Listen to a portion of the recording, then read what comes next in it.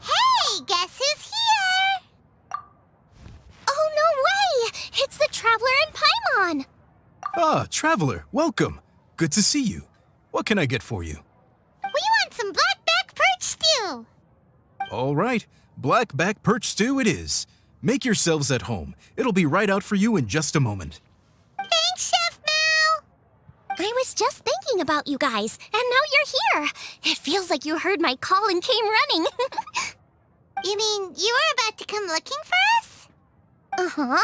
There's something I want to discuss with you guys. Did you happen to see how the city looked on the way over here? Everyone's getting ready for the Moon Chase Festival.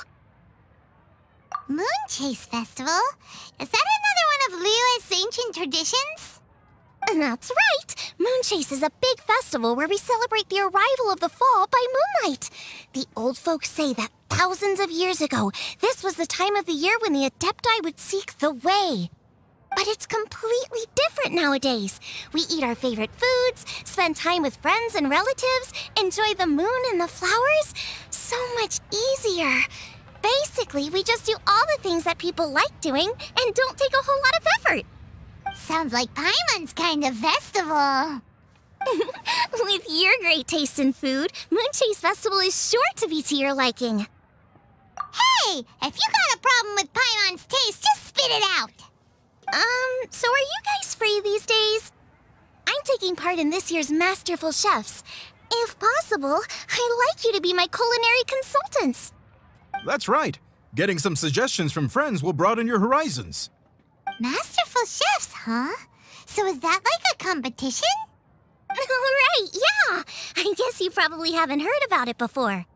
Every year, Moon Chase Festival has a different theme, usually picked by the Qixing. This year's theme is Feast of the Bounteous Land, so the Qixing decided to organize a cooking competition. Feast of the Bounteous Land. Pretty much sums up what Liyue is all about. Great theme! I totally agree. I heard it was Ningguang that came up with it. She's so amazing and so full of mystery. Well, I want to take part in the competition, but coming up with new dishes is hard work. By the time you finally thought of something, cooked it, taste tested it, it can be hard to judge whether you're really into something or not.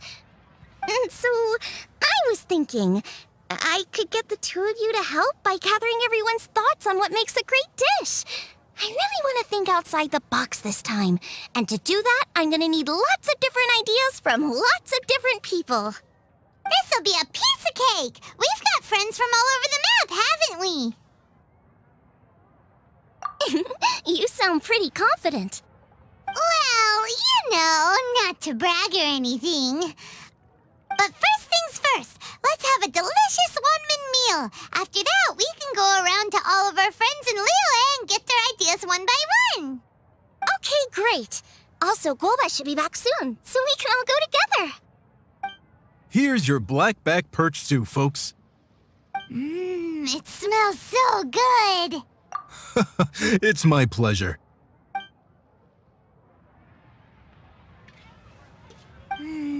That was so delicious. Theory confirmed, this is definitely chili pepper weather. Xiangling can be a bit of a handful, so please look out for her while you're out and about. Come on, Dad. Why would you say that? Because I know you all too well, my dear. That's why. You mustn't be quite so reckless when you're out in the wild, you understand? You do well to be a little more cautious, like our traveler friend. Don't worry. We're all friends here. Let's all look out for each other. Ah, and Guoma's back. Roly-poling around as usual. All right, let's pack up and head out.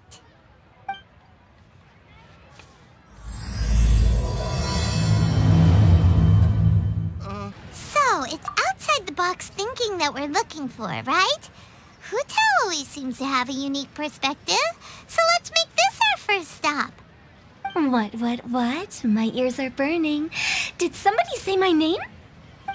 Yeah, it's Paimon and the Traveler. Oh, and Xiangling, too. Ah, of course, Hu Tao. Way outside the box. Meaning, you're here for some other reason, right? How might I be of assistance? Well, Hu Tao, I wanted to ask you, what kind of food do you like? What food I like? Off the top of my head, I don't really have an answer. Wow, so even Hu Tao gets lost for words sometimes. Paimon sure didn't see that coming. Come on, even the chirpiest birds clock out for the night, right? I'm no different. Pretty sure clocking out isn't something birds do, but okay. Right! There's no need to overcomplicate it. Just pick a dish and tell me what you like about it. I'm doing some market research.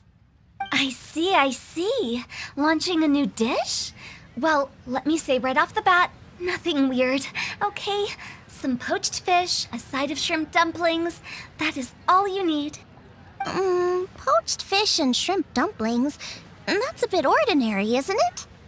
Well, it is and it isn't. Think about it. Poached fish is hot and spicy with a powerful aroma. It's a dynamic dish. Add a side of shrimp dumplings, and there's your static component. Got it? Dynamic? Oh, I can do dynamic. Mushroom slime stew it. No, not that kind of dynamic. A dish is more than substance, it's a mood. Poached fish is red and spicy. It elicits a response from the eyes, ears, nose, and mouth.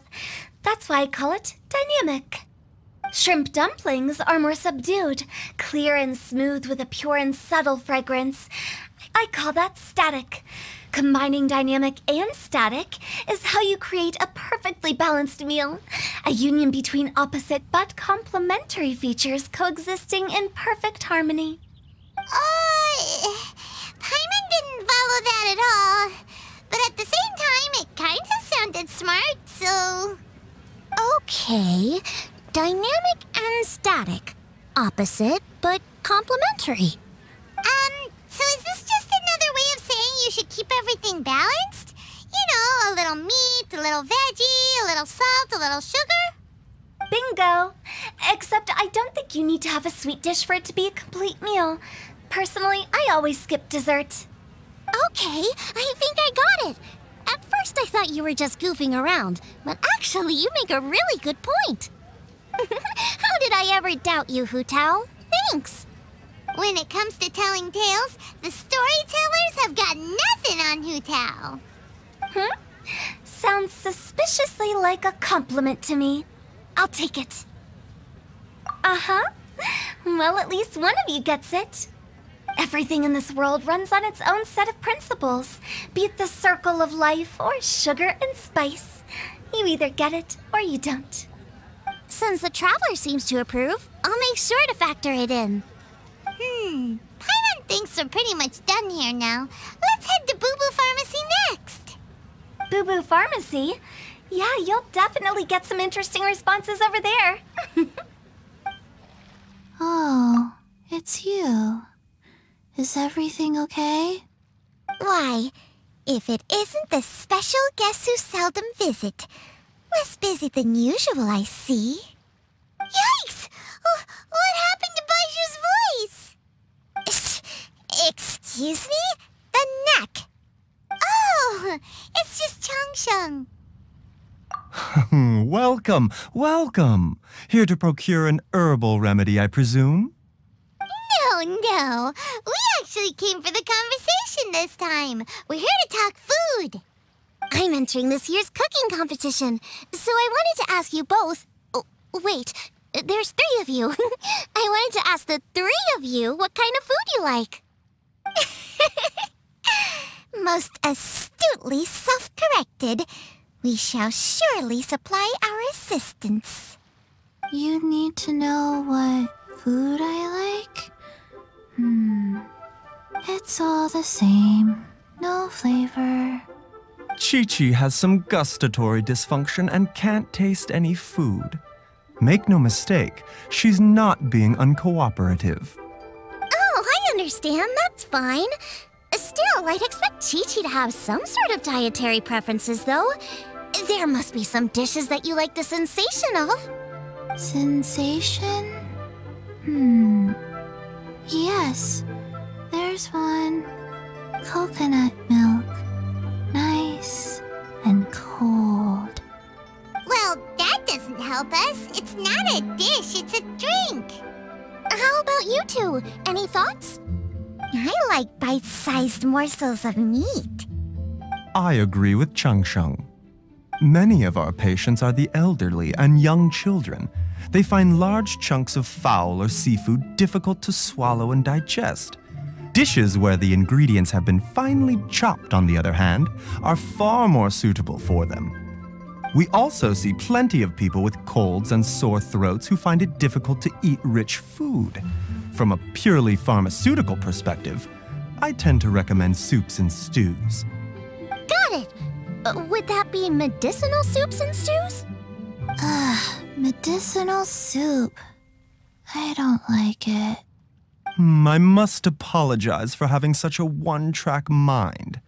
It's a little difficult to think about food without worrying about the health implications these days. We've had quite the endless stream of patients recently. If you ask me, I think the changing weather is to blame. That's okay. Everyone's input counts. Keeping it seasonal and suitable for all ages sounds like a pretty good idea to Paimon. Medicinal dishes have higher demands in terms of nutritional balance than the kind of food I normally cook. I don't usually focus on medicinal properties, but since this is for a competition, maybe I can score more points by taking both flavor and function into account. Food with substance. Always better. Everyone will like it. It's a great suggestion. Thanks, everyone. You're welcome. As long as we could help. It's great to have a doctor's unique perspective. I'm feeling inspired. Oh, how you flatter me. Receptivity to sensible suggestions make for a savvy chef. Oh, she is! Creating new dishes is Xiangling's favorite thing to do. You can be sure she'll put lots of care and attention into it.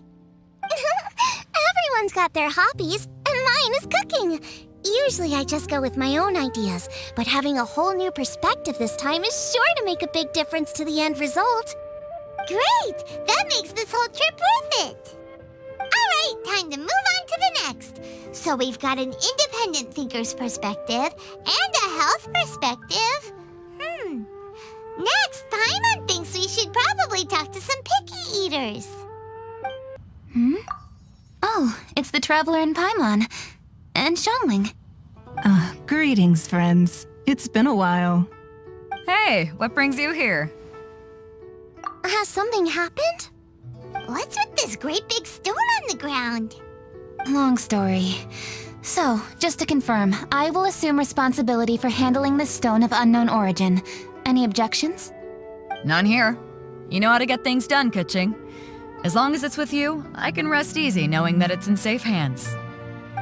Should I take this to mean that you doubt the relative safety of leaving this in the hands of the Tianquan? Huh? Well, for starters, Keqing is the one who's always out running errands, rain or shine. Besides, you don't seem to give a wooden more about this whole thing anyway, so what's it to you? I was merely joking. You, meanwhile, seem only too ready to pounce when an opportunity to publicly lambaste me arises. By no means. You wish to know about the stone, I presume. Then let me invite the great seafarer Captain Beidou to tell the story, if she would be so kind. You... Fine. Well, it's a big one, right? And such a smooth surface, too. Makes you think there's gotta be a good chunk of jade in there. It was found by a fishing crew, not far off the coast. It must have been underwater for years, so the erosion will be what's given it that smooth finish. Finds like this cannot be kept as private property, and must be submitted to a holder of public office. Placing it into our custody will also give them peace of mind.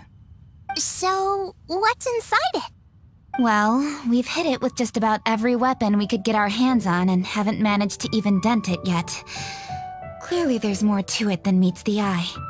No weapon could smash it open. Wow. Paimon doesn't think we've ever encountered a stone like that before. Kuching has taken an unusually keen interest in this giant stone, which is why we are leaving the matter in her capable hands. Let's put that aside for a second. Traveler, what brings you here? Were you looking for someone? Actually, we were looking for all of you. We need all hands on deck here. Oh? Hopefully not because there's been some sort of cataclysmic event. No, nothing like that. Paimon's just getting carried away. I just wanted to ask everyone about their food preferences. Food preferences? That's a little unexpected. I have rather simple tastes. Precise, pure, smart, and sophisticated. That is all I require. That's your idea of simple, huh? I summed up my culinary requirements in 4 words. Is that insufficiently simple for you? A few weeks out on the open ocean would fix your flawed definition of simplicity, let me tell you that. What about you, Beidou? Me? If it's freshly cooked and piping hot, that floats my boat. If it's got a little chili pepper in there too, I'm one very happy captain. Paimon thought you would have said bar food. Oh, bar food works too. As for me, it's got to be seafood. Okay, got it. So, seafood, piping hot, and, simple but sophisticated. And that's where I would disagree. Traveler, surely you've heard of golden shrimp balls. Oh my, they're my favorite. You need to wash and devein the shrimp, wrap it in finely sliced potato strips, then deep fry it to perfection. There's no room for cutting corners. They're very precisely put together. They taste pure, the presentation is smart, and the skill needed to cook them is highly sophisticated. It fits Ningguang's forward summary to the letter. Huh. So what you're saying is, for all the frills and trills, good food is all the same at the core? I heartily agree. Golden shrimp balls are a prime example. Their essence lies in combining art and nutrition in a single package. It is a dish of true value. Okay, got it. So Kuching loves golden shrimp balls. I didn't say that. Did I? No, at least not outright. Alrighty. Thanks for all your input. I'll be sure to take it all into consideration. Traveler, Paimon, do you have anything planned after this? Good. I'd like you to help me investigate something. It's about this stone. You picked the right people for the job. We investigate stuff all the time. My thoughts exactly. The Qixing has a public duty to deliver our final verdict to the fishermen, but there are also some things I would like to investigate on a personal level. I'm sure you've become acquainted with the general background of the Moonchase Festival. However, I have my own understanding of this festival's roots. My grandfather was a researcher of Liyue's traditions.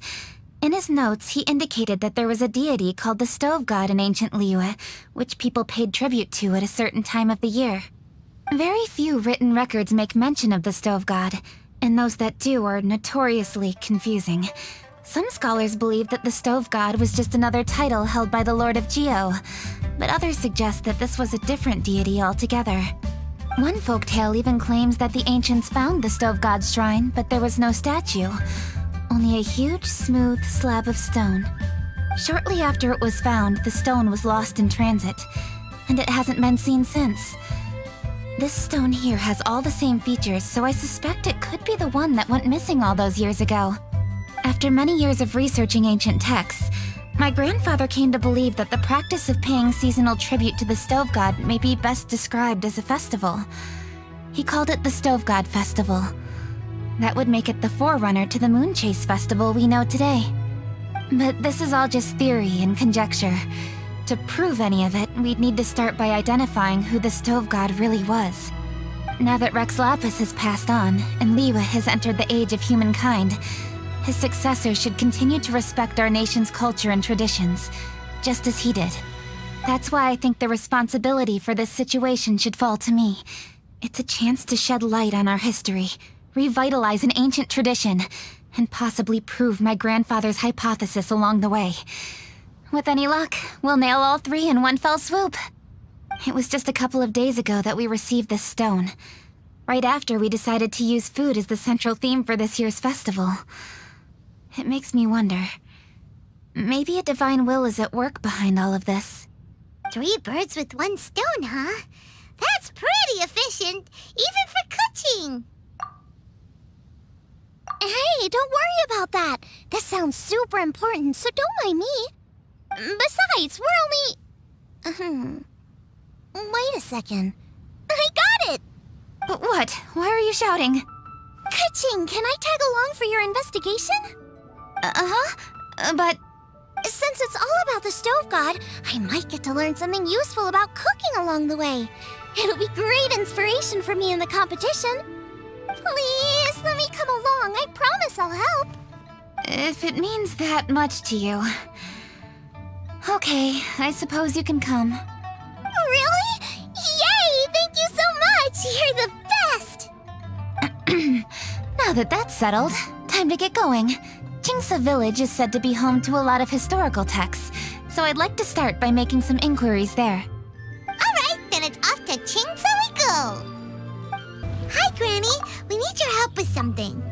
Are there any old books around Chingsa Village? You know, from a really long time ago? Oh, looking for ancient texts, are we? Let me think.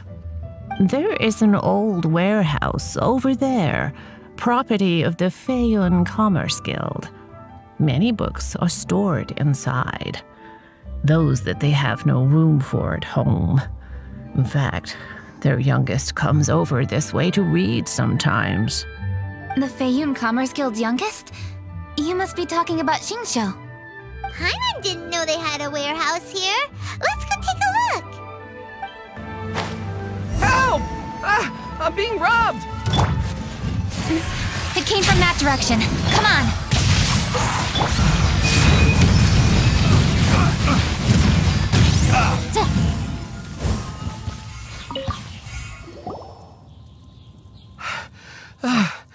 I've come here to clean the book warehouse plenty of times before, but this is the first time I've run into these crooks.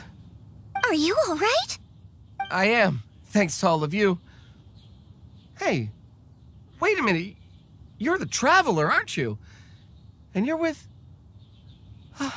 Lady Keqing. An honor. Truly an honor. We'll try not to take up too much of your time. I understand that this book warehouse is the property of the Feiyun Commerce Guild. Could you advise whether we might find any text relating to the stove god in this collection? The stove god? I heard that's the Lord of Geo, right? Huh? Really? Yeah. A friend of mine who conducts research mentioned it once before. We use stoves for cooking, and stoves are built from rock. Some people think that the stove is a gift from the Lord of Geo. And that's why they call him the stove god. Seems logical enough. But do you have any books on the topic? I'm sorry, I'd have to ask the young master about that. Oh, any questions? Please, ask away. Hey, it's Chongyun and Xingqiu. Hello, one and all.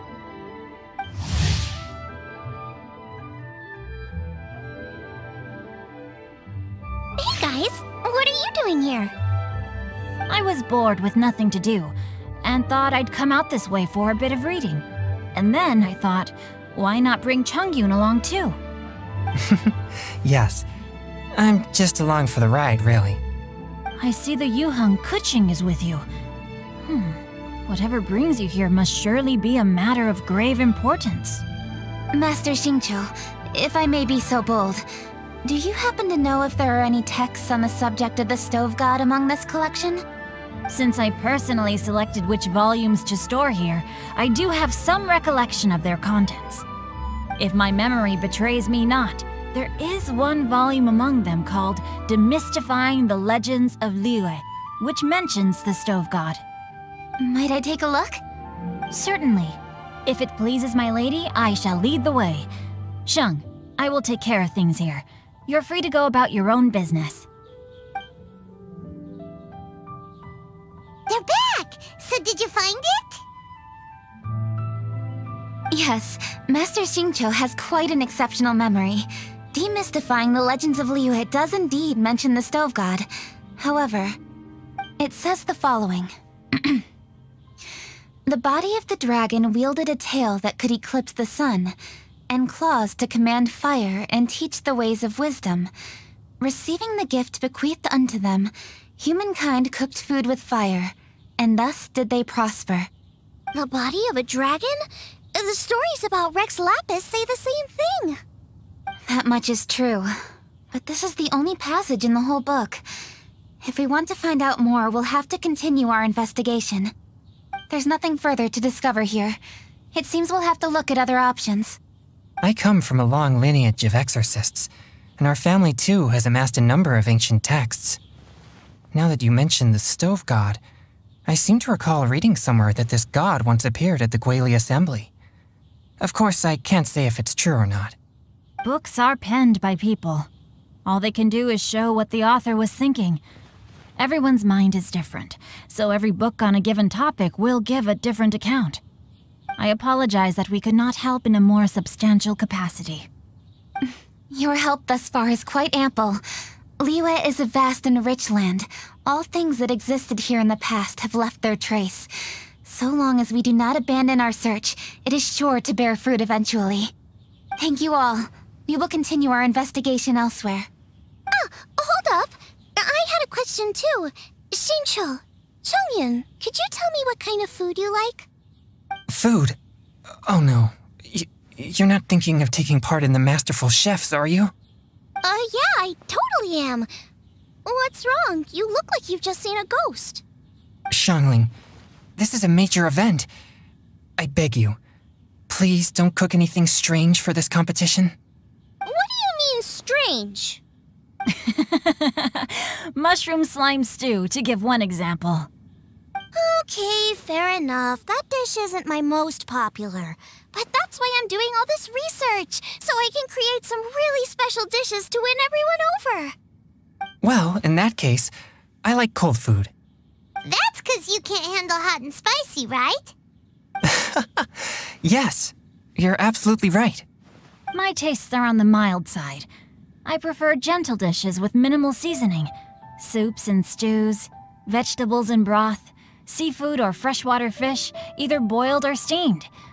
These kinds of dishes I am most partial to. No surprises from the Guhua Geek. Okay, another mild child. Got it. These are just personal preferences, and everyone's are quite different. Are you sure this eclectic mix of opinions will be of any use? Of course! You're my customers, and putting a smile on customers' faces is my calling as a chef. Though Xiangling's market research blade stabs often into the dark, her heart never strays from the noble path. If anyone can win hearts and minds with their cooking, it's gotta be someone like Xiangling. She's got pure intentions and really cares about the customers. No, where's all this praise coming from? Knock it off, guys. You're embarrassing me. Sorry for holding you all up. That's all I needed to know. Shall we carry on with the investigation now? Over to you, Kuching. Where to next? So we've learned the Stove God allegedly made an appearance at the Guili Assembly. But today that place is largely a wasteland with few traces of human activity. Longshu Inn is close by, so let's stop off there on the way over and see what we can find out. Forgive us, for this is where we must part ways. May your journey be a smooth one. Yes, best of luck. If you run into any difficulties, come and find us. We'll be only too glad to help. Let's go! Next stop, Longshu Inn! Huh? Oh, Traveler. Who are all these people? Friends of ours! Allow Paimon to introduce Xiangling, Guoba, and Kuching. Kuching? Of the Qixing? She's the, Hi. It's not that. I'm just your typical commoner. I've never met someone as high up as the Yuheng before in my whole life. Look at that strong body, those powerful hands, and honest eyes. This guy must be a really great chef. So, is there something I can help you with? You've come a long way out to end up at Wangshu Inn. Let me fill you in. Oh, okay. I see. Legends claim that the Stove God once appeared at the Guili Assembly. As Wangshu Inn is the oldest extant building in this area, any historical texts from around these parts are likely to have ended up here. Is there a room in this inn for storing books? And if there is, do any of them mention the Stove God? Well, now that you mention it, we do have a fair few ancient texts here. I remember looking through an old recipe book once. I just need to remember where they're all stored. If you are happy to wait here for a few minutes, I'll go have a look right away. Oh, Traveler, there's something I need to discuss with you. What is it? We need to pay up or something? What? No, I wouldn't take your money. We're all friends here. I just wanted to ask if you had the time to make a satisfying salad for me. A satisfying salad? What for? Yeah, guy who hangs out on the roof terrace, you know? Good-looking fella, not too tall. Shh! Don't you think he can hear you? Oh, right. Yeah, maybe. Anyway, you know who I mean. The boss told me to take care of him, but this guy, let me tell you, he is one tough nut to crack. He usually turns his nose up at everything that isn't almond tofu. But the boss tells me you once made him a satisfying salad, and it all went down so well. So I was thinking, could you teach me how to make it too? That way, I'll have something else in my arsenal. Oh, so this is for show! You guys really look after him, huh? Well, that's life, right? You gotta look out for your own people. All right then, wait right here. I'll be just 1 minute. Clock is ticking! 59, 58... Sorry for the trouble, Traveler. Okay. Here you are. Thank you ever so much. While Kuching's reading her book, let's make that satisfying salad. Xiangling, what are you gonna do? I'd love to come watch too, but I don't want to get in the way, so I'll just stay here with Kuching. Okay, shall we go then? Go ahead and get started. I'll just watch from over here. I only need to watch you make it once to have it committed to memory. All right, thanks for that. I think I've got it now. You got all the steps down, right? Of course. Don't forget, I am the best chef around these parts. Let's go see what Kuching and Xiangling are up to. Kuching, Xiangling, we're back! You finished cooking? Good timing. We finished our reading too. And? Useful? Or no? Useful. There is a passage concerning the Stove God, and it's not what we were expecting. I quote, 60 miles to the northwest is the Guili Assembly. Many were settled there, where they hunted in groups, farmed the land, and made their living from what the soil yielded. When the Stove God descended, one god became many, all of which were the height of children. As does a star when it descends into the world, so the Stove God went out among the common folk and taught them to create fire. With fire, the people at last learned to make hot food, and they dined on rice congee and cooked meat thereafter. This is a radically different account from the one given in Demystifying the Legends of Liyue, and also a conflicting one.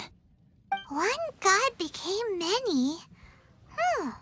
Does that mean there was more than one Stove God? Taking the text at face value, that is what it says. Went out among the common folk and taught them to create fire. So did the Stove God really go and teach people how to cook firsthand? Now that's a god who truly cared for their people. So, we've got two leads, but they contradict each other. How do we know which one to believe? By continuing our investigation and reserving judgment for now. Thank you for this text, Yanxiao. It's my pleasure, really. Think nothing of it. If anything, I should be thanking the Traveler. Listen, you've helped me an awful lot. Not just today, but in the past, too. I want to make it up to you properly, and as it happens, things are pretty quiet here today. So I'd like to take the chance to treat you all. What do you say? Will you stay for a meal? Wow, he sure sounds confident in his cooking. I like that. Confidence is one of the best ingredients a chef can have. I really want to try his cooking. I say we take him up on his offer. It's hard to refuse a generous offer like that. Yes, I think we can fit this in. Yanxiao, we await your culinary creations with great anticipation. I won't disappoint. Everybody, please be seated! You think you own the place? I'll sit here with Guoba.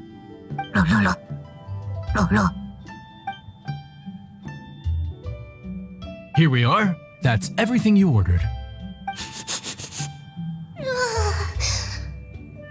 all smells amazing! I think I've met my fellow finalist. It smells beautiful. Strange. I never would have guessed that such a gifted chef worked here. This inn isn't particularly known for its food. Everyone likes a good meal, whether they're staying the night or just stopping by for a bite.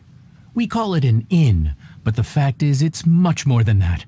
We have to cater to all aspects of daily life to make this a true home away from home. Please enjoy your meal at your leisure. I should get back to work now. Yanxiao, are you taking part in this year's Masterful Chefs? Huh? You too? Yup, I've signed up already, and I've got my eyes on the prize. Your cooking's delicious, Yanxiao. I'm really looking forward to seeing you in the final. Huh. Interesting. All right, I'll see you there. What was that? Some kind of power move? No, it seemed more sportsmanlike than that. Yup, he's a really talented chef. His food was excellent, and it showed he has a level-headed personality. That's the kind of chef that could be a match for me. I haven't had any competitive cooking experience since my cook-off with Brooke in Springvale. You're too kind. Guoba, what are you doing? Guoba's eating the... Those were Keqing's! How could you steal them while she wasn't looking? Oh, my golden shrimp balls. Huh? You ate every last one? Ugh, Guoba, we've been through this. When we're with friends, you gotta be on your best behavior, okay? I'm so sorry, Keqing. I promise I'll make it up to you. What's the big deal? We can just get another plate. After all, it's Yanxiao's treat today. It's not the same, though. The moment's gone. Sure, you can eat something else, but you can never go back and change the feeling of despair as your food is snatched away from right under your nose. The dining experience is a trinity of emotion, food, and atmosphere, and you've got to have all three to make it work. I have to say, now that you mention it, that is a very accurate appraisal of the situation. I'm gonna make it up to you, Keqing. Is there anything you want to eat? Anything at all. Whatever it is, I'll make it for you. I don't have high hopes for this, but equally I don't want her feeling guilty. Okay, I'll let her do this for me. If you insist, there is one dish that perhaps you could try making for me. It's an old recipe from my grandfather's notes. No problem. May I see it? I'll get it to you when we're back in Liyue Harbor. I need to go home to fetch my grandfather's notes. Let's meet at Wanmin Restaurant later. Great! I'll go get everything ready. Traveler, what about you? Are you gonna do your own thing for a while, or do you want to come in and have a seat? I actually have something to discuss with him. You go ahead. We'll join you later. Okay, gotcha. Traveler, come here for a moment. I need your advice on something. What do I need to do to get along with Xiangling? Seriously? That's what's stressing you out? What's so strange about it? Why are you looking at me like that? You're super smart, and you're always so sure of yourself. Paimon thought you'd never need advice from anyone about anything. Well, that's just ridiculous. Xiangling's always so warm and friendly with me. This time especially. And now she's desperate to do me a favor. So, is that supposed to mean... we're friends already? I'm just not used to dealing with people who are so warm right from the get-go. How exactly am I supposed to respond to that? Okay. Noted. Thank you, Traveler. I'll see you again shortly.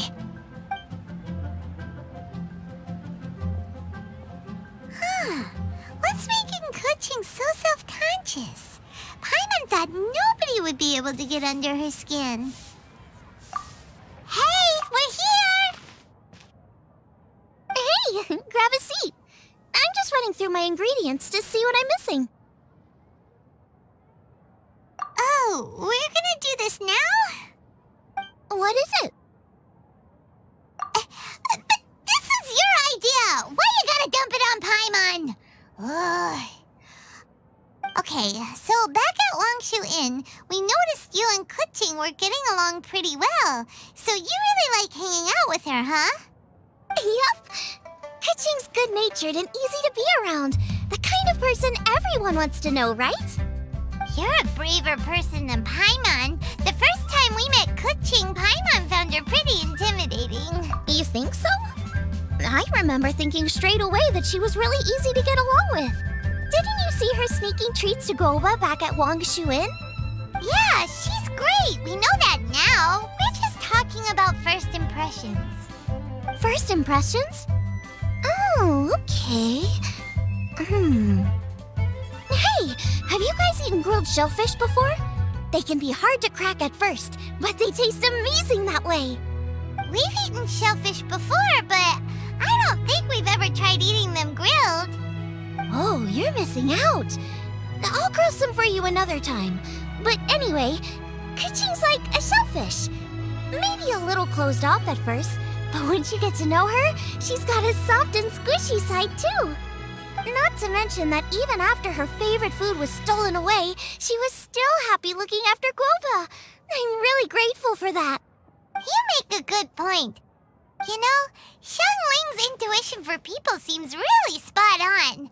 Is that why she took a liking to Keqing so quickly? All right, let's see. We're okay for carrots and crab, and we still got some ham and mushrooms. I wonder what Keqing's recipe is gonna be. Huh? What was that noise? What's going on? What the? That bird is huge! Ah, it's the ladybird! Excuse me, one shall not be addressed in such a manner. One shall be known as Adeptus, whose name, should you care to mention it, is Cloud Retainer. Cloud Retainer? That does sound like an Adeptus name. Well spoken. One shall let this young lady's enlightened words atone for the ignorant ones of her friend. A while it has indeed been, traveler. Does one surmise correctly that you hasten hither to partake in the Moon Chase Festival? Ah, so even the illustrious traveler has been summoned to attend the Moon Chase Festival. As expected, this year's theme stands proud against the test of public scrutiny. The theme? You mean Feast of the Bounteous Land? The very same. Moon Chase Festival falls during the season when many cooking ingredients are ripe. Hence, it is a fitting time to enjoy the finest of foods. One noticed the relative pomp and ceremony with which this year's affairs are being conducted, and could not abide to stand idly by. Let it be known that one's culinary proficiency and ingenuity is uncontested in all the world.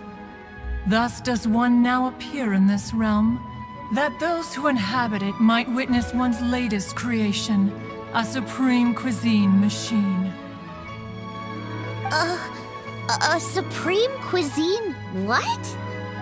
What's a supreme cuisine machine? Patience. One's purpose here today is to meet and to greet. Nothing further. All shall be revealed before your very eyes when the time arrives.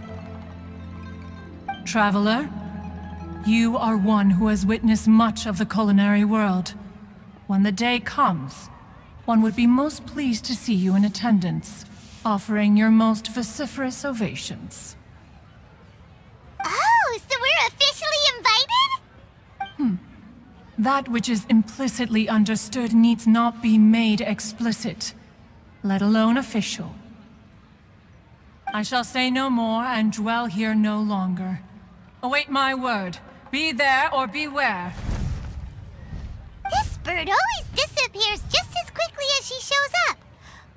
Wait, not bird, Adeptus. Hey, wait! Isn't she technically an illuminated bird, though? She seemed like someone very prestigious and very talented at cooking. She definitely loves her food. What are you all huddled together over here for? The Adeptus left already. Yay! Kaching's back! Sorry I kept you waiting, Xiangling.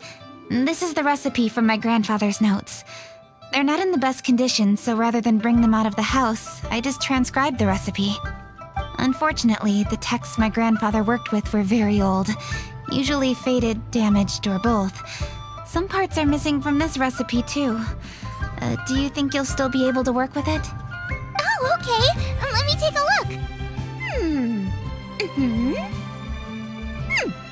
Give me some time. I need to look into it. Sorry for the trouble. You're all here? That voice sounds familiar! Sorry to interrupt your conversation. I was in the area buying a few things, and I heard the disturbance, so I felt compelled to come take a look. You mean Cloud Retainer? I saw her too. She just suddenly showed up right in the middle of the street. Whatever adeptal power that was, she certainly knows how to make an entrance. Lady Keqing, you saw her too? Do you, have a moment? I need to discuss something with you. What is it, Ganyu? Has something urgent come up while I've been out? No, it's nothing work-related. I wanted to ask about, something personal. Is that okay? A personal matter? Involving me? Surely I haven't done anything improper recently, have I? Please, Lady Keqing? This is really important to me. Oh, okay. I noticed Cloud Retainer was here for quite a while. Did she say anything about... me? When I was young? About your childhood? No, nothing at all. What? Really? Thank goodness. I was getting really worried. Once she gets talking to people, she tends to go off on all sorts of tangents. So I was worried she might have bored you with some stories about me. Your name didn't even come up, so you've nothing to worry about. Keqing, how are you not asking a bunch of questions right now? There's obviously some juicy gossip here. Aren't you curious to find out what it is? Please, no, don't do that to me. Of course not. Whatever it is, I'm not curious and I'm not going to ask. If Ganyu has a secret and she wishes to keep it that way, nobody should make it their business to try and get it out of her. That's just basic decency, is it not? Yes, ma'am. Paimon will never bring it up again. Keqing, thank you. You're so kind and considerate. I've always seen that in you. What's that got to do with... Honestly... Go on, you should be getting back now. Oh my, you're right, I should. Okay, everyone, please excuse me. I should get back to work now. Take good care of Keqing for me. Hey, what are you trying to say? Don't worry, Ganyu, we will. Thanks. Hope to see you again soon.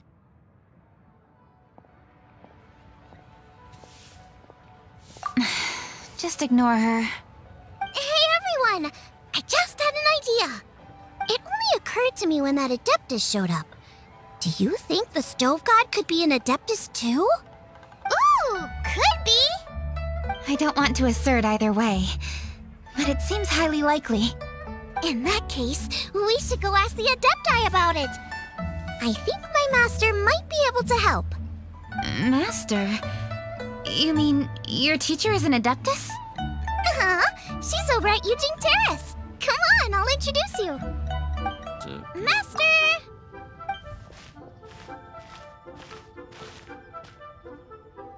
Oh!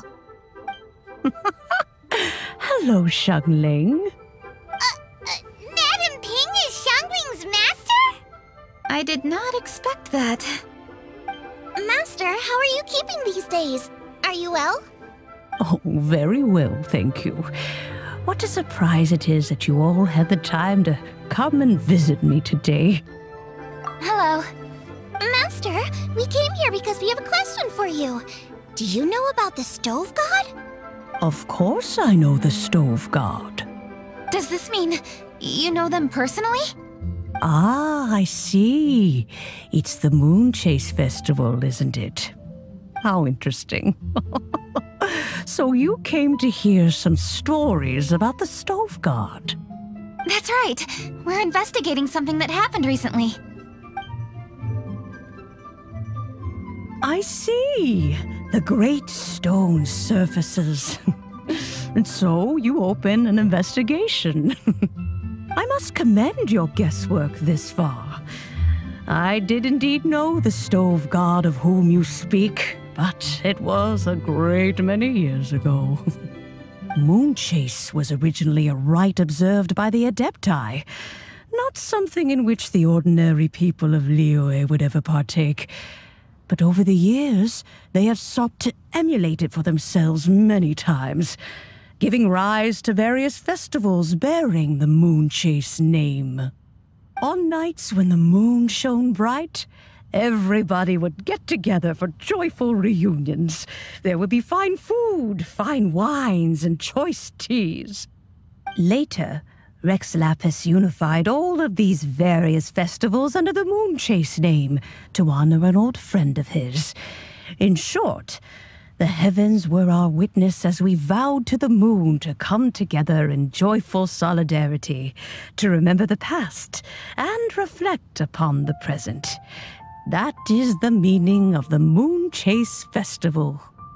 Rex Lapis. That friend made many contributions to Liyue, and Rex Lapis would not have them go unrecognized. Turning this season into a commemoration of his old friend was also a way to honor that friendship. I can only presume that the Stove God Festival was one of the many subsumed into the Moonchase Festival. In the hands of Rex Lapis, our nation's traditions were faithfully upheld. It is to their detriment that we must now be the ones to inherit this duty. Ah, Keqing, I simply won't allow you to be so down on yourself.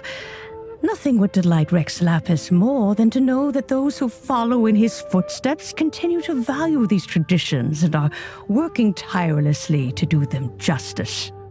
Thank you. Lady Keqing! Huh? Lady Keqing, Lady Ningguang wishes to speak with you. Ningguang's looking for me? Must be important.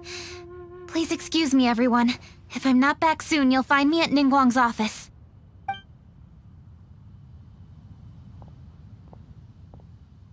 There she goes. Keqing's a lot more serious when she's got her work face on. Do you want to know who Rex Lapis's friend was? Oh, Paimon does! Yes, precisely. There are few genuine coincidences in the world. The story of the Lost Festival and the old friend are indeed one and the same. The Stove God was a good friend of mine, too.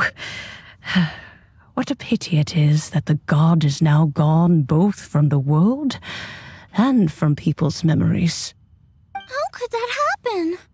It is to everyone's regret that the Stove God passed. But gods cannot be fully destroyed, and we made a pact to wait until the land became fruitful once more. For perhaps the Stove God would then return, albeit in a new form. Really? Master, you must miss the Stove God a lot, right?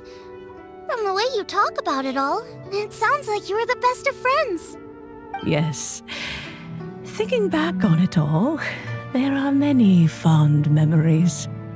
I'm pleasantly surprised to find that Keqing is investigating this. She is a tenacious child, and anything she sets her mind to, she will diligently pursue.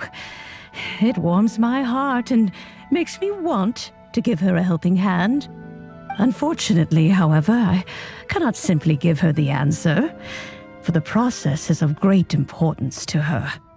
Kuching's grandfather once researched the stove god, and now she follows in his footsteps. Since Kuching has inherited this conundrum, so too she must inherit the journey to its resolution. You knew Kuching's grandpa? Of course. I count all the people of Liyue among my good friends. I remember when he was the same age as Kuching is now. So young. Grandparent and grandchild are definitely made from the same mold, both diligent enough to take on anything and bold enough to see it through to the end. I like to think of Liyue as my own little potted plant. I've watched it grow and blossom, and it grows more beautiful all the time. In the blink of an eye, the buds of yesterday are in full bloom today. It's wonderful to see. For new blossoms must bloom on the branches if the tree is to remain evergreen and ever young. My dears, you are absolutely right to focus your investigation on the stone. It is, as you suppose, the lost statue of the stove god, and within it lie all the answers that you seek. I should like to see the stone for myself if you would lead me to it. Perhaps the truth will emerge even as we watch on. You're all here. I was just about to send someone to fetch you. Kuching, has the stone undergone any changes? A crack has appeared in one corner, but we still can't tell what's inside. What happened? Did someone chip it while no one else was looking? More likely a natural occurrence. Our weapons have had no effect on it. How would a natural occurrence crack it open? This is because the stove god draws power from the actions of the masses. The heat of a busy kitchen, the joy of a reunion. Keep up the good work, and the truth will rise to the surface soon enough. All the books say the stove god is the deity of food. So is the stone opening up because everyone's cooking for the festival? Statues draw power from their people. So, if the stove god has dominion over cooking, could it be that the passion people put into their cooking gives power to the stove god? Ningguang and I chose Feast of the Bounteous Land as this year's theme, and now every chef signed up for the competition is busy preparing. Paimon's theory is not an unreasonable one. Plus, a lot of families have reunion feasts around this time. With everyone back home, the whole city's bustling with people, and that adds a lot to the festive atmosphere. So if the stone cracked because Liyue started getting festive, that must mean that when the festive fever peaks, it'll bust right open, right? That's gotta be it, right, Master? Well, we'll have to see then, won't we? Okay, the fact that cooking is involved gives us a perfect opportunity. The selections phase of Masterful Chefs will be held indoors and seen by only a few people, but the finals will be held outside in public. Everyone who wants to will be able to come and watch it. The atmosphere will be incredibly lively, no question. And when the finals end, boom! We'll get to see who the stove god really is, right? It's definitely a possibility. Well, I've already signed up, so I should be able to help. Yes, for a chef as accomplished as yourself, getting to the finals should be a breeze. All this talk of cooking competitions is making Paimon hungry. Oh, Paimon can't wait! It'd be great if Paimon could take a nap and then wake up when it's the finals. Hey, Xiangling, we're here! Traveler, Paimon, did you hear the news? I made it through the selections for Masterful Chefs. Really? Woohoo! That's great!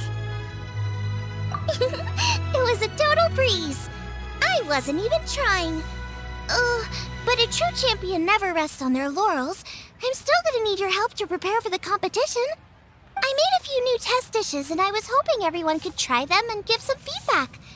Traveler, you want to be the first? Oh, yeah, we did. And anyway, we get to eat your food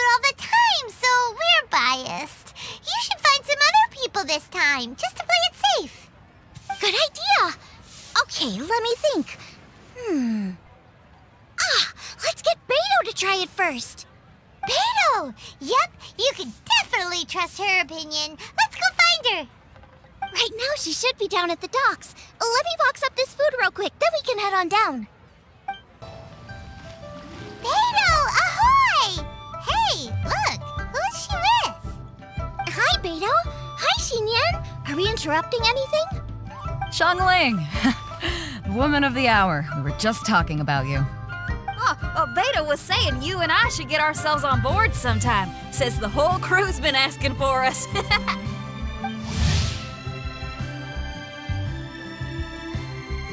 Seems like you three go way back.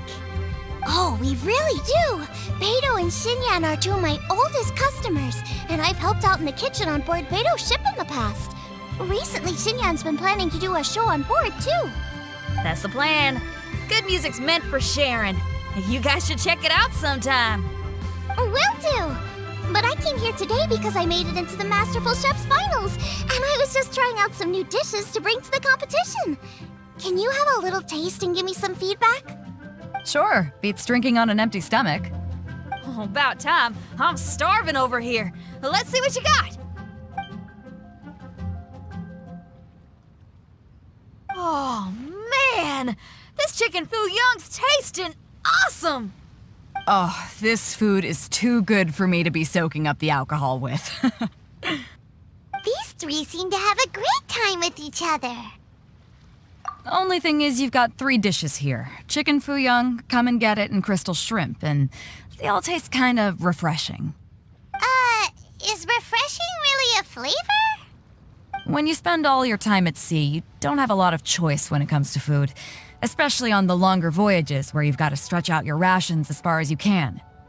First thing you want to do when you get back on dry land is dig into a nice hot meal that's swimming in oil and has a ton of flavor. That's the exact opposite of Ningguang's tastes. Oh, sure is. Beidou's tastes are pretty similar to mine and Xiangling's. Ugh, Ningguang. I am sick of hearing that name. Our tastes couldn't be more different. You'll never find us eating the same bowl of food. But last time when you were chatting with her, Paimon thought you two seemed to get along just fine. We're evenly matched. Guess that makes us equals. But I'm sorry, limp cabbage leaves are never gonna do it for me. I hear ya. Steamed cabbage and broth might be upper class and look fancy and all, but man, is it boring! It's never gonna give you that flavor explosion you get with some of the other dishes out there. So, Xinyan, are these dishes too mild for you too? Well, not so much mild. I just think you maybe missed a beat somewhere. Exactly. This is some fine cooking, no question about that. But if this is for a competition, it needs more oomph. Beat? Oomph? Are we sure these terms apply to cooking? Beat and oomph. Beat, yeah. You know what a beat is. I only know music, though. I'm nowhere near your level when it comes to cooking, so don't mind me if it doesn't make much sense. No, you're both completely right. Beat and oomph. That's what I need. I actually thought as much while I was cooking them. Even though this was a brand new combination, it still felt like I was missing that one thing that'll seal the deal. You know, really push it over the finish line. Seems like she's found her muse. Does that mean music theory is compatible with cooking? Hey! Paimon didn't quite get the implication, but Paimon can tell when you're being a meanie. Okay, I think I know what I need to do. Great! So this went really well. Don't hold back, just get out there and do your thing. You're a pro, Xiangling, and you've totally got this. Hands down best chef in Liyue Harbor. Ain't that right, Beidou? Well, I think so anyway. More than any other chef. And there ain't a whole lot of people I'd be willing to say that about. I'll do my best. Thanks, everyone. All right, we'll leave you to it. I'm gonna take Xinyan on board for a while. Xiangling, they both had pretty strong taste. You sure that won't be a problem? Shouldn't we get a second opinion from someone with milder tastes? That's a good point. Beidou likes her greasy stir-fries, and Xinyan can really handle her spice. Yeah, we should get another opinion. Now, who do we know whose tastes are on the mild side? Who? Oh, right! Makes sense! So, back to Wangshu Inn? Who? Who is it? Someone you just missed last time we were there. Huh? Oh, Paimon remembers! He said that we just need to speak his name and poof, he'll show up. Will he definitely hear us saying his name though? Maybe we should find somewhere quieter. Okay, let's take turns shouting his name. Do I need to do this too? Paimon's going first. Ahem.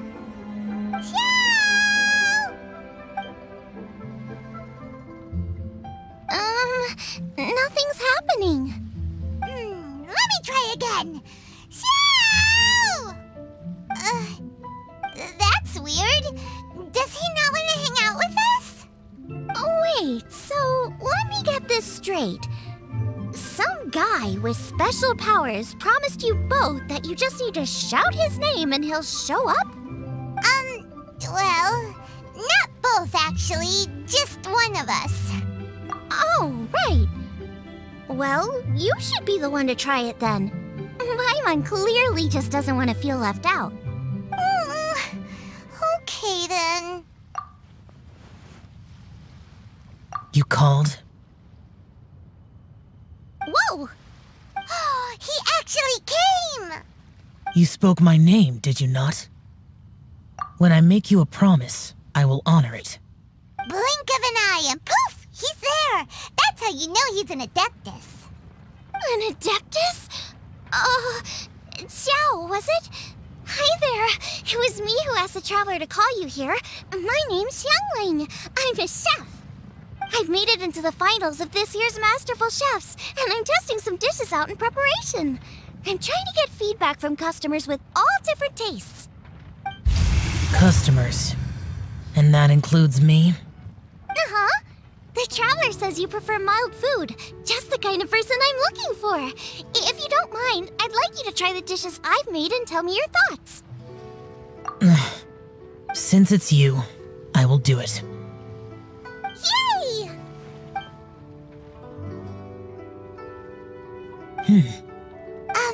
How is it? Are you sure you can eat it? Don't force yourself.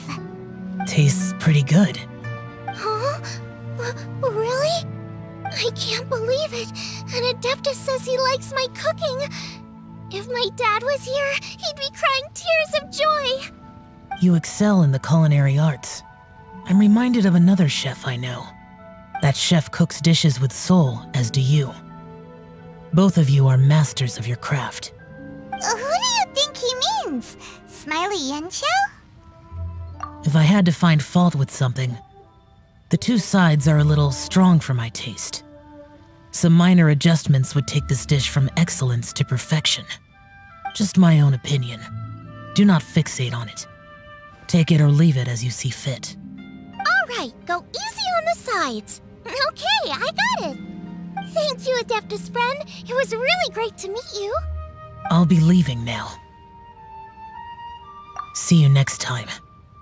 Paimon still can't believe he actually came. So, what would happen if we called his name again now? Do you think he'd come back right away? Only kinda, maybe, not really joking.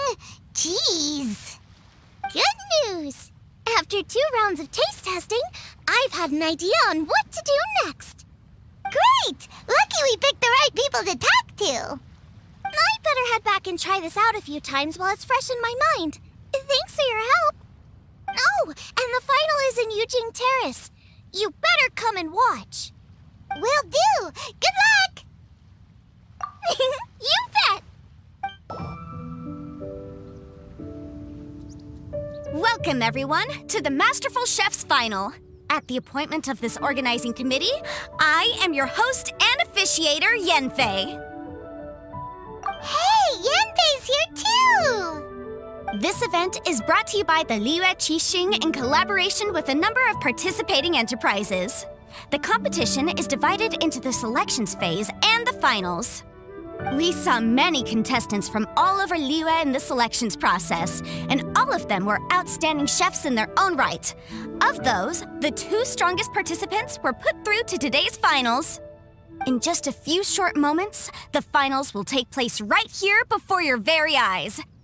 As the officiator, it is my honor and privilege to represent the organizing committee and indeed the people of Liyue in overseeing today's proceedings. Next, please allow me to introduce the judges. There will be a select panel and an audience panel.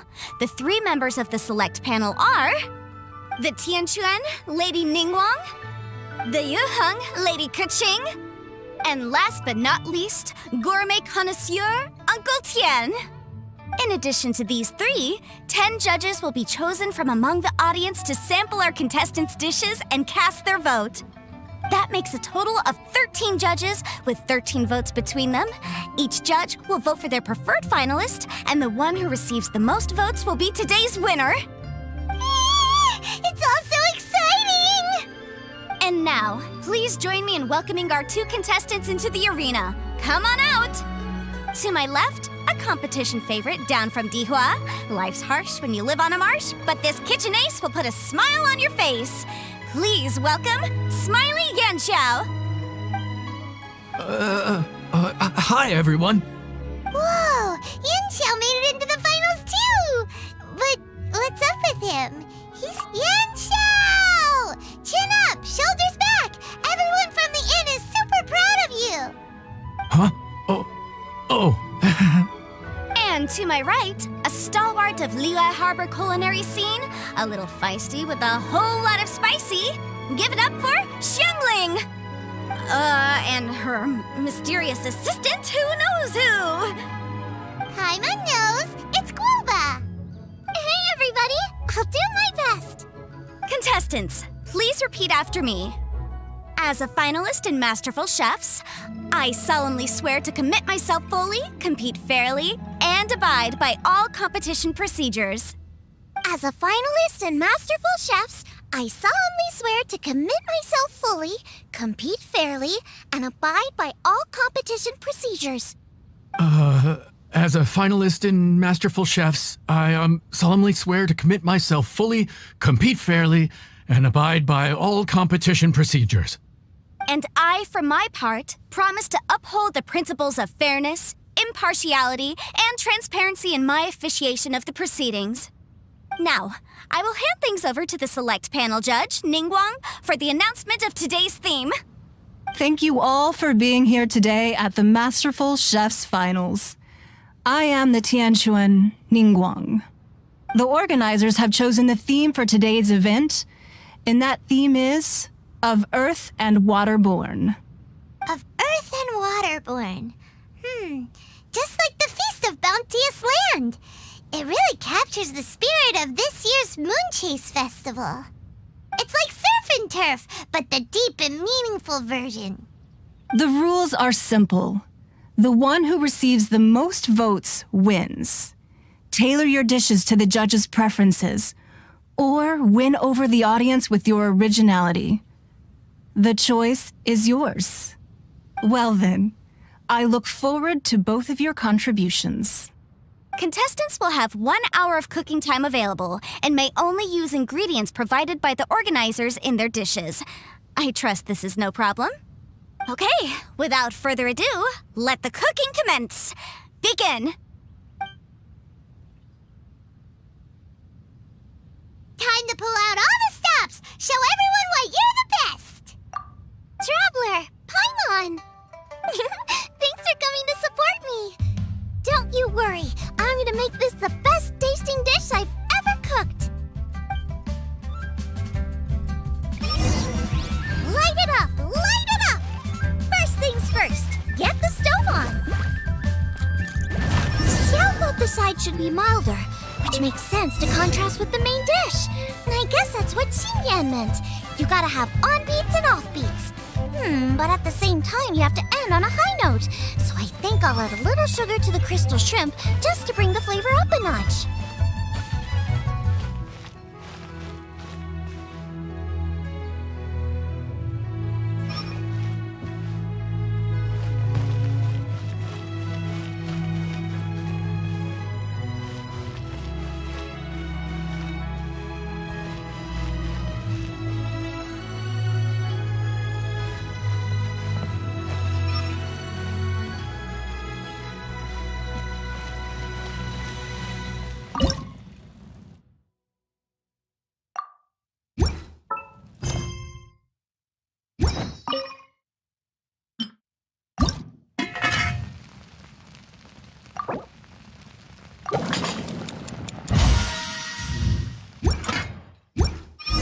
Triple-layered consomme is pretty bland to begin with. I can't have two sides with the same texture.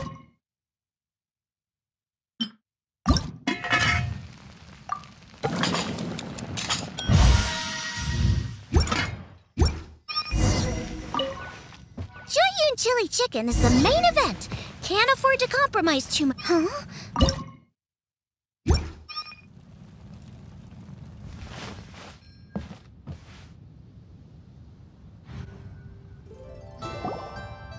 Whoa, what's this? Hold up. Things are taking an unexpected turn on the Masterful Chef's stage. Xiangling's mysterious assistant appears to be aiding her opponent. Judges, are we going to allow this? We knew in advance that Xiangling would be accompanied by a mysterious assistant, and the judges agreed that the two could be classed as one individual for the purposes of the competition. But what do we say to this? I take no issue with it. In any case, the assistant hasn't done much in the way of assisting. No competition would be complete without a little drama. All a part of being young. I won't be the old fogey that ruins it for them. Please allow me to explain to our host. Prior to the competition, the judges reviewed both contestants, and we can comfortably confirm that neither side is participating in a way that contravenes the competition rules. Xiangling is a highly accomplished chef, and her assistant is more like family to her. Xiangling prepares all of her own dishes herself. All that her assistant will do is occasionally provide a fire source. Given Xiangling's level of culinary skill, the difference between her using firewood or her assistant is a trivial one.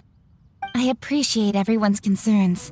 The presence of a mysterious assistant performing strange dance moves to cheerlead for Xiangling is a little unexpected. But the mysterious assistant has now started cheerleading for Smiley Yanxiao too, demonstrating total impartiality. By encouraging both Xiangling and her opponent, they have proven to be a fair supporter. That's right! Guoba's not really outside help. Guoba just likes to watch people cook.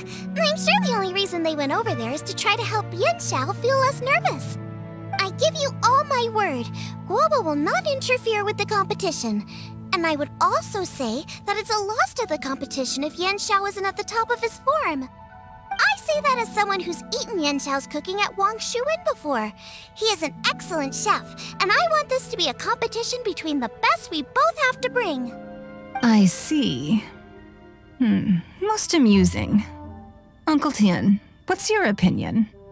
I have no objections. It's an honor and a privilege to see two contestants so dedicated to having a fair and square contest. The judges and the officiator accept this explanation. Let the competition continue. Yanxiao, are you alright? I don't know what's wrong with me. I've never been so nervous in my life. Look, my hands won't stop shaking. Take it easy. I've been there before. I can help. Try saying a tongue twister to yourself in your head. Or think of some happy memories about your dad. Why my dad? That's a bit specific. 'Cause that's what I do.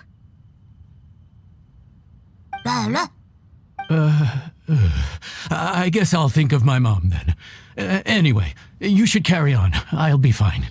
Don't hold up your own dishes on my account. Nothing's being held up. I'm finished already. Huh? Oh, right. Then I need to focus up and win this thing. There you go. That's That's the attitude we want. You're a very capable chef, Yan Xiao. So come on, show everyone what you're made of, just like you showed us last time at Wang Shu Inn. Yes, you're right. I can do this. I can do this. Thank you, Xiangling. And thanks to your, well, thanks. Time for me to get cooking.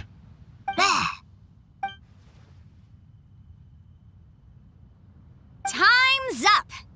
Both contestants have now finished cooking. I would like to invite them to present their dishes to the judges for evaluation. We will proceed in the order that the contestants finished. Xiangling, please describe your dish. My dish is Jiyun chili chicken with sides of triple-layered consommé and crystal shrimp. The theme is of earth and waterborne, which includes land and sea. In other words, land animals, fowl, and seafood are all potential ingredients. My main dish, Jiyun chili chicken, is a combination of fowl and chilies. Jiyun chilies capture the essence of the mountains where they grow, and fowl is a gift from the heavens. Triple-layered consommé also uses fowl, and its other ingredients are ham and bamboo shoots. These are also flavors from the mountains, but they complement and contrast with the chicken dish, fresh instead of spicy, cold instead of hot. The crystal shrimp is made from a combination of rice, shrimp meat, and carrot. A thin, translucent skin wraps diced carrot and a whole shrimp, fresh, crispy, and tender. Shrimps are a gift from the ocean. Tightly wrapping them in a skin made from rice makes this dish a blend of land and sea, fresh with a hint of sweetness. It's the perfect note to end this course on. Ooh, a strong delivery there from Xiangling. Let's see what our next contestant Yan Xiao has to say. My dish is Adeptus Temptation with a mint salad and golden shrimp balls. As Xiangling says, earth and water means land and sea. So birds, land animals, and seafood were also the ingredients I incorporated. Adeptus Temptation is a much-loved dish in Liyue, and as chef of Wang Shu Inn, I've always been proud to offer this as the signature specialty dish of our menu. It's a complex dish with very particular ingredients: smoked ham, crab, fresh shrimp meat, and matsutake. I chose this as my main dish as a sign of respect toward my profession and to this competition. The mint salad is my first side. Cool and tender with a subtle sweetness, it's a perfect answer to the rich and strong flavors of the Adeptus Temptation. Golden shrimp balls is a time-honored classic loved by everyone. A hearty and wholesome broth, followed up with a shrimp ball. Oh, pure bliss. Paimon can smell it from all the way over here! It's driving Paimon crazy! Judges, please sample the dishes. Very impressive. Both contestants' dishes are well considered, expertly made, and truly delicious. I'm gonna have another golden shrimp. I shall have to sample both contestants' dishes once more before I can reach a verdict.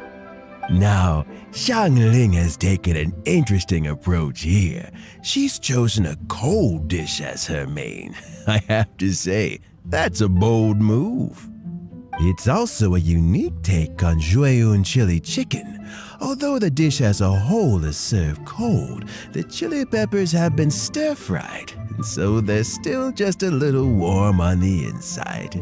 You get a nice crunch as you bite in. Then you get the spiciness and warmth all coming in together. And then just a hint of that wonderful pepperiness to top it all off. It's quite simply extraordinary. This Adeptus Temptation is quite exceptional. The triple layer consommé is also a very superlative contribution. Excellent flavor, well balanced between sweet and savory. Yes, the standard is very high. Judges of the select panel, I will now ask you to consider your votes carefully before writing them down and handing them to me. Also, the organizing committee has selected today's audience judges, and they are now evaluating the dishes. Everyone who's been lucky enough to sample today's dishes, please consider and cast your vote independently. How are we not involved in this? Why didn't they pick us to be judges? Paimon has buckets of passion and oodles of expertise when it comes to food.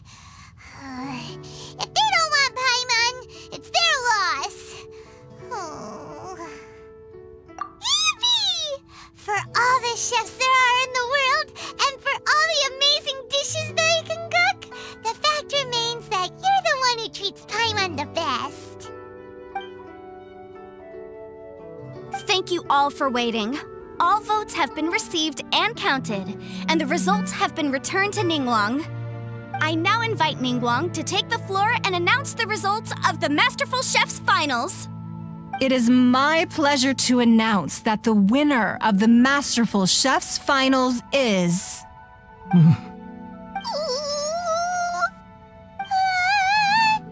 by a mere 1 vote margin, Xiangling! Wow! What? How is it so close? Well, there it is. I knew it. It was a close contest, but we have a winner. Liyue Harbor's Xiangling has beaten Dihua Marsh's Yanxiao by just 1 vote.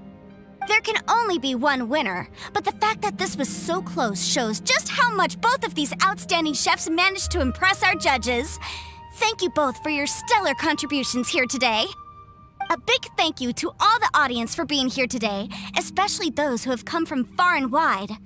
As officiator, I declare the result of this competition to be fair and valid, thus bringing the Masterful Chef's Finals to a close.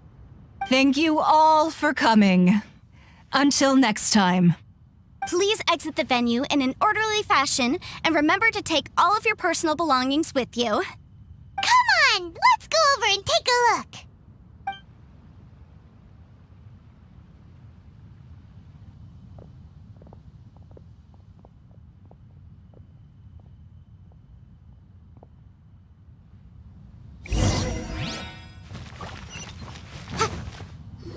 Looks like I won this time, Yanxiao. But I'd still like to try your dishes, if that's okay. Sure, I'll have a try of yours too. Oh, truly exquisite. No doubt in my mind why you're the winner here. This Adeptus Temptation is really good. It's so fresh, I'm almost moved to tears. Well, just goes to show that you have a taste for the finer things in life. No, you've got me all wrong. We're just a small neighborhood restaurant too, so I totally understand. Food is life, and customers are at the heart of all food culture. So humble food cooking is not to be looked down upon. Is that right? Huh. I'd heard you'd gotten famous for your experimental approach to cooking and were all about fancy and exclusive foods. Never realized you'd done your time in a small kitchen too. Huh. Well, there you have it. All the greats come from the smaller places. The same goes for you. You can't work in an inn kitchen unless you know how to consistently please customers. It's no wonder your food is so top-notch. You're the kind of competition I'm glad to have. Let's stay in touch. Maybe we can find some time in the future to trade tips. You got it. And next time we meet as competitors, let's both be even better than we are now. All right, deal. Traveler, Paimon! Thanks for coming. Did you get to try the food? Don't even go there. Paimon's still peeved. I can't believe it. You didn't get picked? Well, never mind. Don't get mad. I'll make some more for you when we get back. You will? Woohoo! Great! Oh, the organizer said that Yanxiao and I need to go register our delivery addresses. Apparently they're gonna deliver an exclusive ingredients package and the prize money at a later date. So I need to get moving. I'll come find you guys after. Xiangling seems really happy. Good for her. Looks like Keqing and Ningguang left already. As the organizers, they must have gone to wrap up some last-minute things. Let's go ask them for an update about the statue.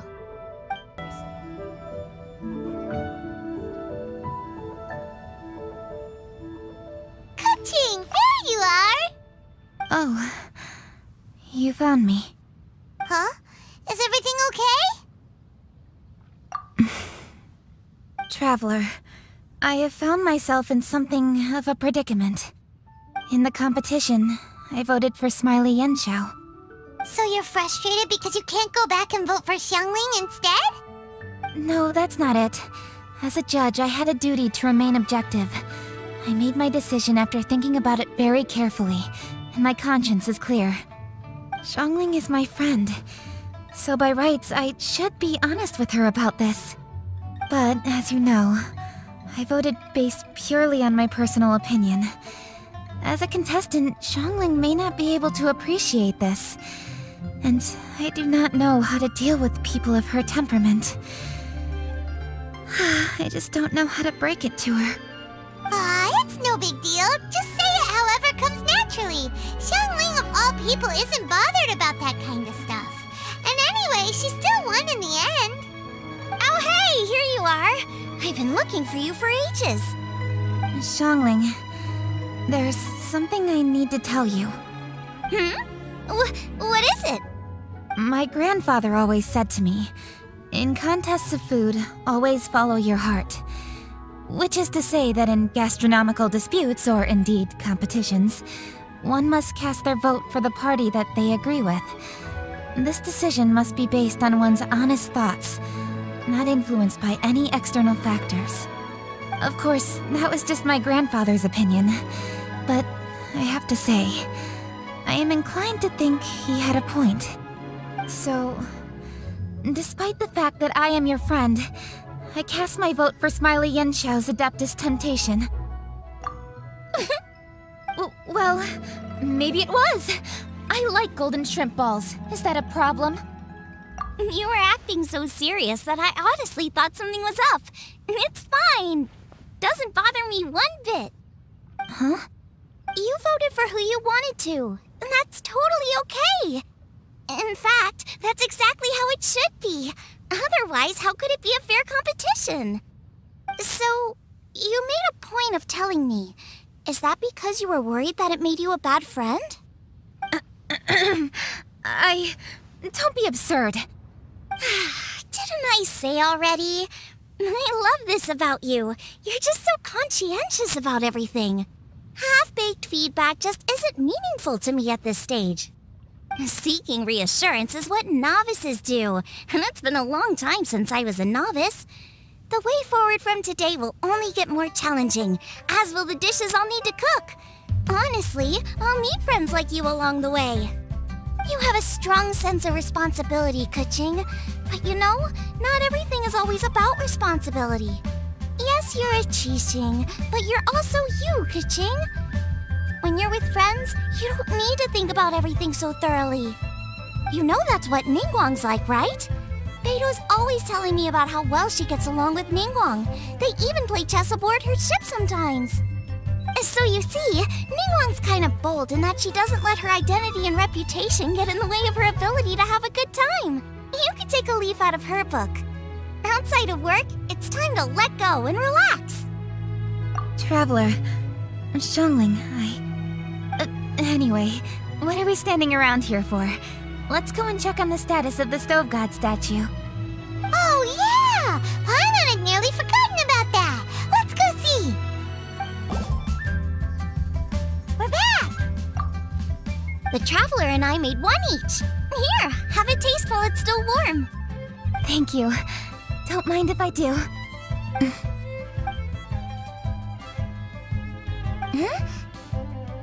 What is it? What does that face mean? This flavor... I've tasted it before. Apologies. Xiangling, Traveler, thank you both. This is everything I had hoped it would be. It tastes wonderful, and quite amazingly, somehow it took me right back to my childhood, when my grandfather was still around. Really? That's awesome! I didn't have a chance to fully explain before. In fact, when Master had filled in the missing parts of the recipe for me, I realized that I already knew how to make this dish. You already knew? You mean you were able to make this without ever seeing the recipe? Uh-huh. My dad taught me how to make it. Wait, but isn't this dish from Keqing's grandpa's notes, though? About that. I do not believe that this recipe was my grandfather's creation. My grandfather was a well-known real estate tycoon in Liyue, and also a scholar. He was an avid collector of old books and was quite knowledgeable on many of Liyue's customs and traditions that are no longer practiced. As a child, I used to spend a lot of time with him in his study. We'd read the classics together, then debate how much of it was actually genuine, and whether Rex Lapis was real or not.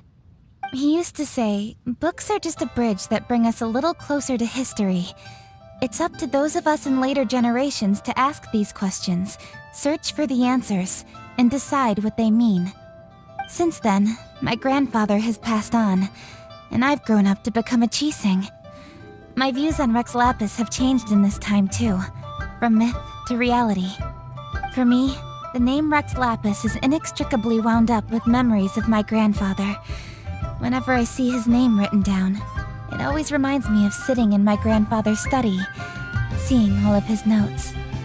As I said earlier, this recipe came from those same notes. It's an ancient dish that he was trying to restore to its original form.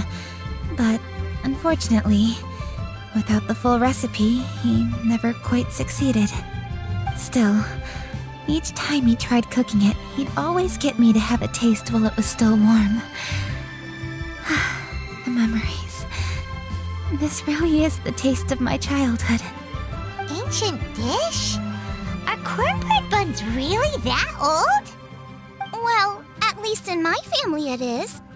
My dad learned how to make it from his dad, and supposedly it's been passed down that way for generations. We call them chili mince cornbread buns. They're a traditional folk food snack, easy to pack up and take with you on the road, so they're the perfect thing to eat on the go.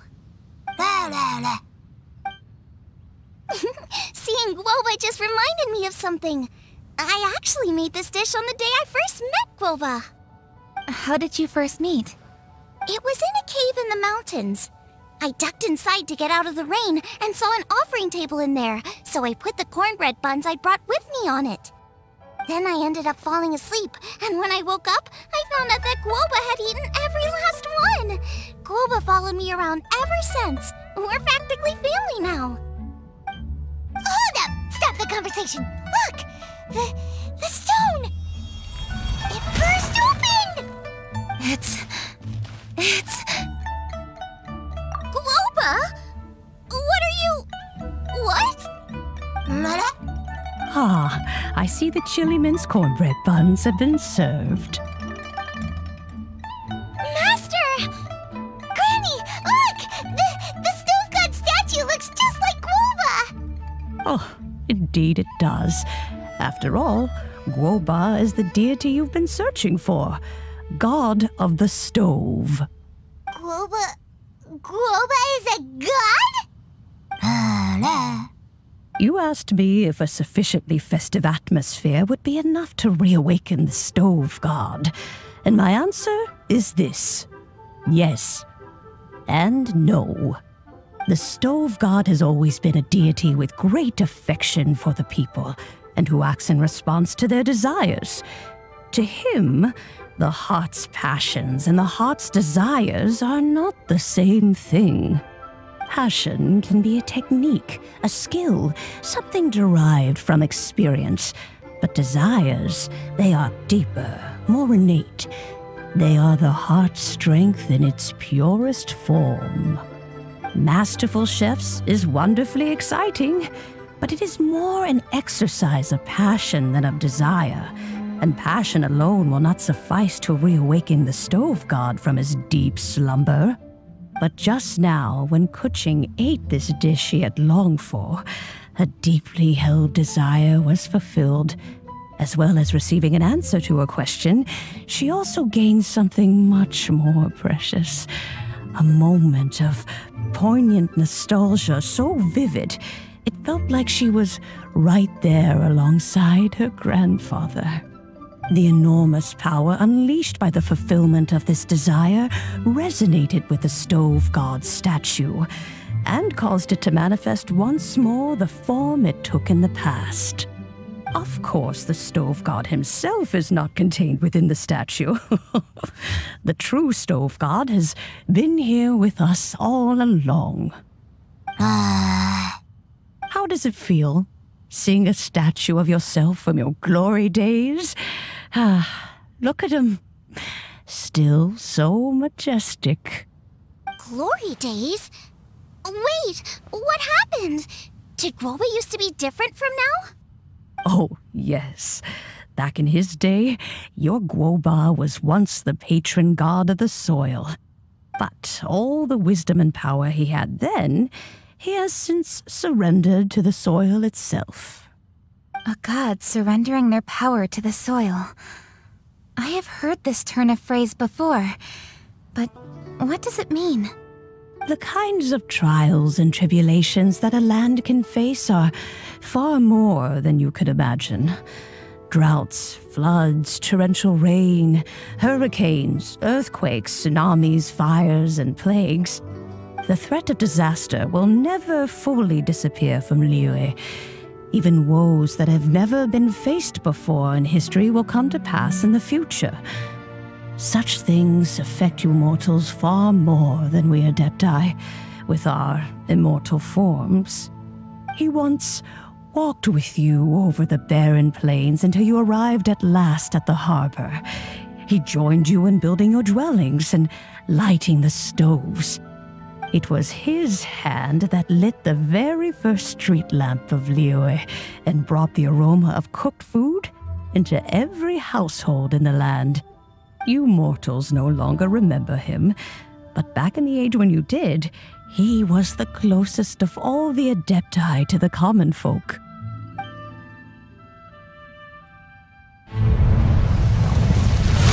Marchosius, god of the stove, born from a spark when stone struck stone. He was a god with a great love for humanity and their well-being. Millennia ago, the people sought to expand their city. They built a dwelling on the plains and called it the Gueli Assembly. The stove god cared greatly for the people, turning himself into minions who went into every home, fostering food and solidarity alike. Alas, their home was taken by a flood. The waters ravaged the Gueli Assembly and forced the people back south to Liyue Harbor. Though the distance was not far, the journey was plagued by a terrible storm. For a dozen days, the Adepti stayed by their side. During this time, the stove god cooked an ancient delicacy, flatbread with a meat sauce to stave off the cold and damp, fit for those on the move.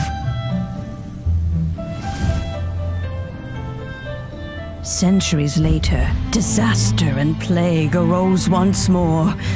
The stove god would appear no longer, for he placed all of his power into the land itself to quell the calamities.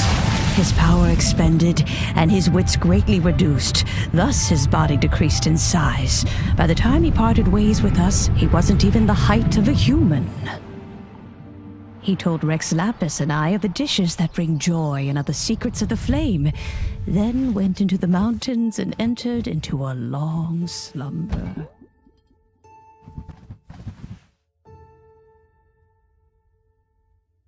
The stove god departed, and Guoba was born. When he awoke, he ate the Chiliman's cornbread buns placed on the offering table by a young lady in yellow. Though he did not remember the past, he was profoundly moved and decided to follow this young lady thereafter. The stove god had quietly disappeared, but the vendors rose early to hawk their wares. People went out to buy goods, lit their stoves, and cooked food, just as they had done every day for as long as they could remember. In Liyue, things have always been this way.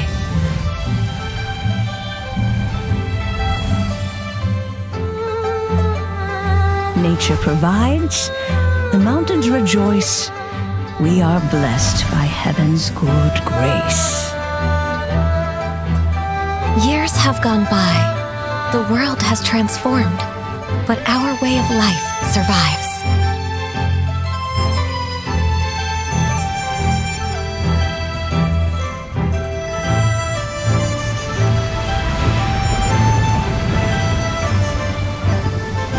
Fame and fortune is only a season. It is the moment that we should embrace.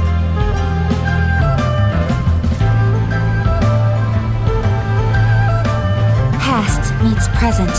Heritage becomes legacy.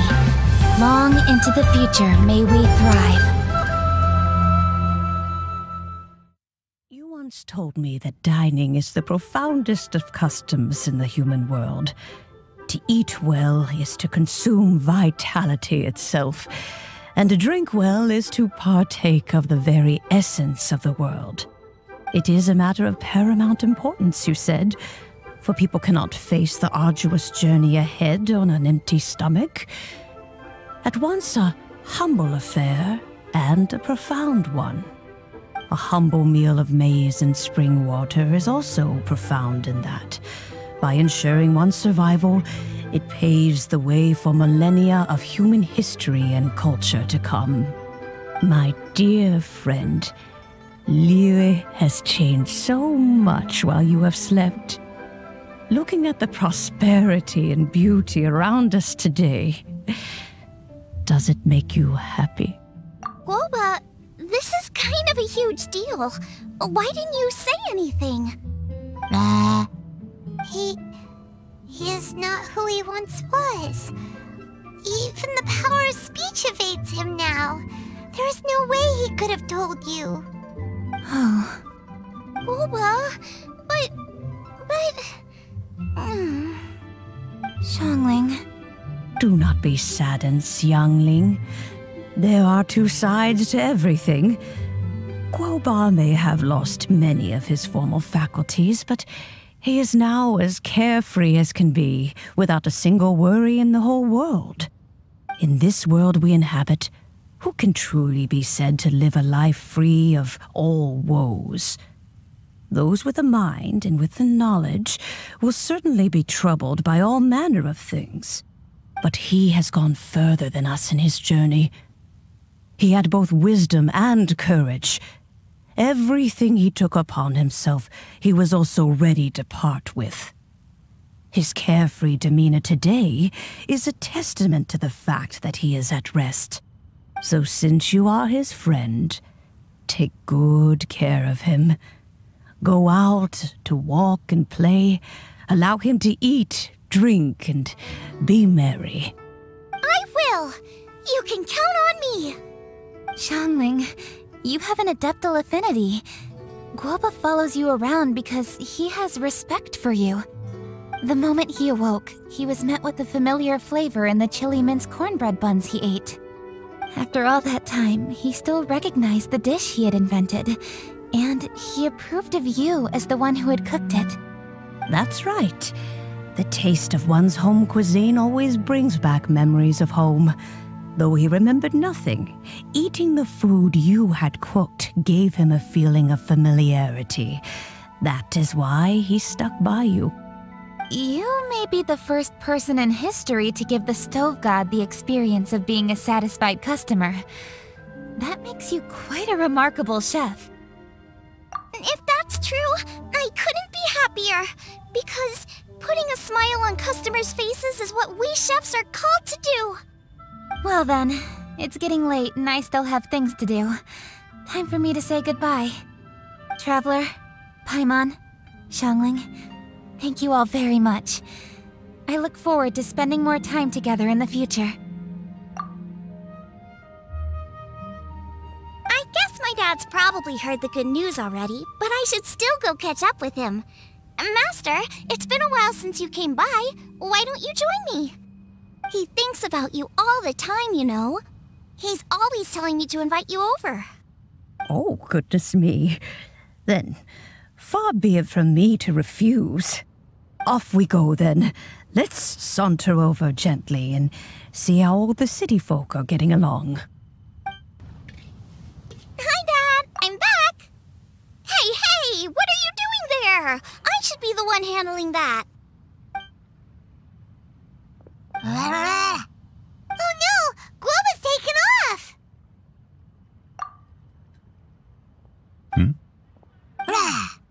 Oh, it's you. Hello there, old friend. Oh, bless my soul. Are you out for a stroll as well? Given the season, it felt fitting to take a leisurely walk while the meal is being prepared. Quite right. And it also gave us the chance to run into you. Guoba may not recognize you, but as ever, he seems quite delighted to see you. So, Guoba doesn't remember anything, but can still feel when something's familiar? Friendship will always withstand the ravages of time.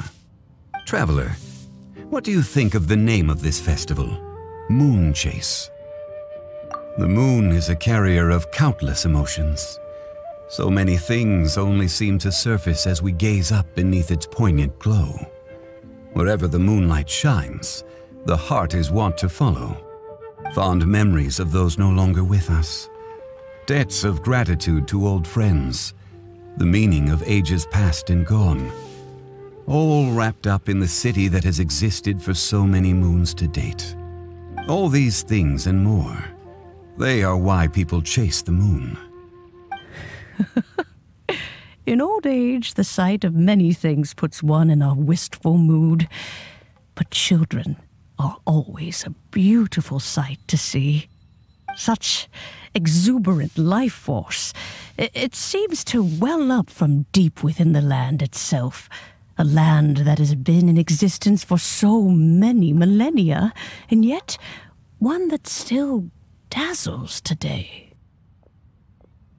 Traveler, this Moon Chase Festival has been all the more entertaining with you here to witness it. Now, let's have Xiangling brew us a nice pot of tea. We shall drink and chat at our leisure. I have to try the winning dish of this year's masterful chef. Great job, Suey! Overeaten.